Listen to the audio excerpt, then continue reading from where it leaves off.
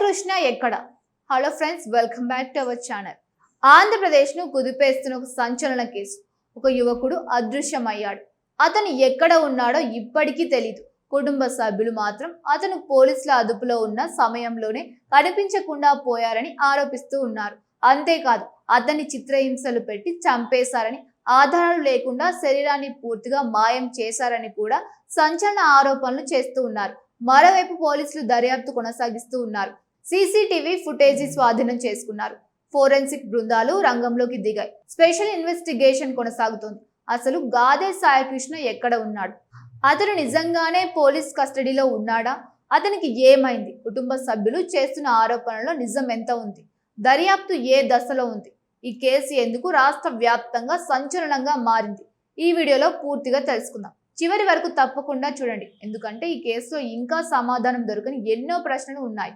Friends, కొన్ని కేసులు కేవలం ఒక వ్యక్తి అదృశ్యంతో ప్రారంభమవుతాయి, కానీ తర్వాత అవి పెద్ద చర్చకు దారితీస్తాయి.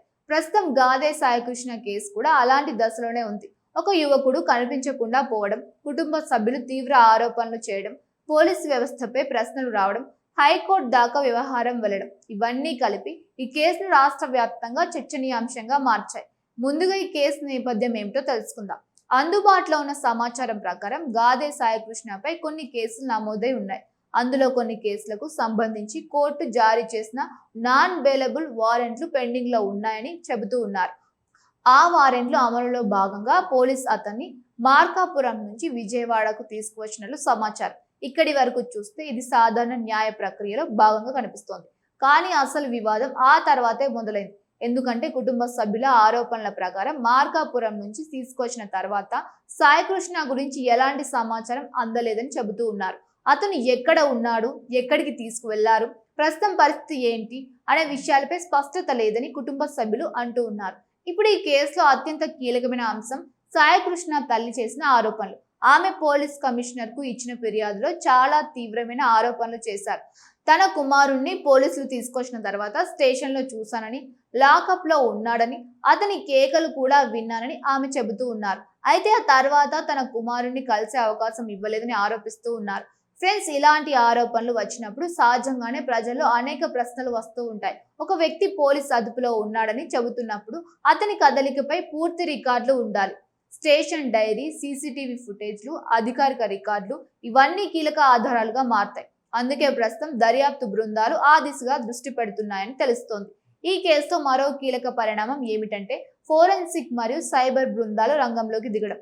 కృష్ణలంక పోలీస్ స్టేషన్ లోపల మరియు బయట ఉన్న సీసీటీవీ ఫుటేజ్లను స్వాధీనం చేసుకున్నట్లు సమాచారం. డివిఆర్, ఎన్విఆర్ హార్డ్ డిస్క్లను ఫోరెన్సిక్ పరీక్షల కోసం తీసుకువెళ్లారు. ఇది చాలా ముఖ్యమైన అంశం, ఎందుకంటే సీసీటీవీ ఫుటేజీలు ఒకే కేసులో వాస్తవాలను బయట పెడతాయి. ఒక వ్యక్తి స్టేషన్లోకి ఎప్పుడు వచ్చాడు, ఎప్పుడు బయటికి వెళ్ళాడు, ఎవరితో ఉన్నారు, ఎలాంటి కదలికలు జరిగాయి అన్న విషయాలు నిర్ధారించడానికి ఇవి ఉపయోగపడుతూ ఉంటాయి. అందుకే ఇప్పుడు ఈ ఫుటేజీల విశ్లేషణపై అందరి దృష్టి ఉంది. ఇక మరోవైపు దర్యాప్తు బృందం పలువురు పోలీసు అధికారులను కూడా విచారించినట్లు సమాచారం. టాస్క్ ఫోర్స్ అధికారులు, స్టేషన్ సిబ్బంది, సాయికృష్ణను తీసుకొచ్చిన సిబ్బంది ఇలా పలువురి వాంగ్మూలాలు నమోదు చేస్తున్నట్లు తెలుస్తోంది. మార్కాపురం నుంచి ఎప్పుడు తీసుకువచ్చారు, ఎవరు తీసుకువచ్చారు, విజయవాడలో ఎవరికి అప్పగించారు, తర్వాత ఏమైంది అనే ప్రశ్నలకు సమాధానాలు వెతుకుతూ ఉన్నారు. ఇక్కడ ఒక విషయం గమనించాలి. ప్రస్తుతం దర్యాప్తు కొనసాగుతోంది. అందువల్ల ఆరోపణలు మరియు వాస్తవాల మధ్య తేడాను గుర్తించడం చాలా ముఖ్యం. కుటుంబ సభ్యులు ఒకవైపు తమ అనుమానాలు వ్యక్తం చేస్తూ ఉన్నారు. మరోవైపు దర్యాప్తు సంస్థలు ఆధారాలను సేకరిస్తూ ఉన్నాయి. తుది నిజం అధికారిక విచారణ ద్వారానే బయటపడుతుంది. అయితే ఈ కేసుతో ప్రజల ఆసక్తిని పెంచుతున్న మరో అంశం స్వర్గపూరి పరిసరాల్లో జరుగుతున్న విచారణ. అక్కడి సీసీటీవీ ఫుటేజ్ పరిశీలిస్తూ ఉన్నారు, సిబ్బందిని ప్రశ్నిస్తూ ఉన్నారు. ఇటీవల అనాథ శవాలను ఖననం చేశారా అనే కోణంలో కూడా వివరాలు సేకరిస్తూ ఉన్నట్లు వార్తలు వస్తూ ఉన్నాయి. దీంతో కేసు మరింత చర్చనీయాంశమైంది. ఫ్రెండ్స్, ఒక కేసు ఎంత క్లిష్టంగా మారిందో ఇలాంటి పరిణామాలు చూస్తే అర్థమవుతుంది. ఎందుకంటే ఒక వ్యక్తి ఆచూకీ కనిపించకపోతే దర్యాప్తు అధికారులు ప్రతి అవకాశాన్ని పరిశీలించాల్సి ఉంటుంది. అతను ఎక్కడికి వెళ్ళి ఉండవచ్చు, ఎవరితో ఉన్నాడు, ఎలాంటి పరిణామాలు జరిగి ఉండవచ్చు, ప్రతి కోణంలో పరిశోధన చేయాల్సి ఉంటుంది. ఇక సాయికృష్ణ తల్లి చేసిన మరో ఆరోపణ కూడా సంచలనంగా మారింది. తన కుమారుణ్ణి తీవ్రంగా హింసించారని, ఆ హింస కారణంగా ప్రాణాలు కోల్పోయి ఉండవచ్చని, ఆ తర్వాత ఆధారాలు లేకుండా చేశారని ఆమె ఆరోపిస్తున్నారు. ఇవి చాలా తీవ్రమైన ఆరోపణలు. అయితే ప్రస్తుతం ఇవి ఆరోపణల దశలోనే ఉన్నాయని గుర్తించాలి. వాటి నిజ నిజాలు దర్యాప్తు ద్వారా మాత్రమే నిర్ధారించబడతాయి. ఇప్పుడు ఈ కేసు చట్టపరంగా ఎందుకు కీలకం అంటే, ఒకవేళ ఎవరైనా పోలీస్ కస్టడీలో ఉన్నట్లు రికార్డులు ఉంటే వారి భద్రతకు బాధ్యత సంబంధిత అధికారులపై ఉంటుంది. అందుకే ఇలాంటి కేసుల్లో ప్రతి అంశాన్ని అత్యంత జాగ్రత్తగా పరిశీలిస్తారు. సీసీటీవీ రికార్డులు, స్టేషన్ రిజిస్టర్లు, కాల్ డేటా, డిజిటల్ ఆధారాలు ఇవన్నీ కీలక పాత్ర పోషిస్తాయి. ఫ్రెండ్స్, గతంలో కూడా దేశవ్యాప్తంగా కొన్ని కస్టడీ సంబంధిత కేసులు పెద్ద చర్చకు దారితీశాయి. అలాంటి సందర్భంలో కోర్టులు కూడా పారదర్శక దర్యాప్తుకు ప్రాధాన్యం ఇచ్చాయి. అందుకే ఈ కేసులో కూడా ప్రతి ఆధారం అత్యంత కీలకంగా మారింది.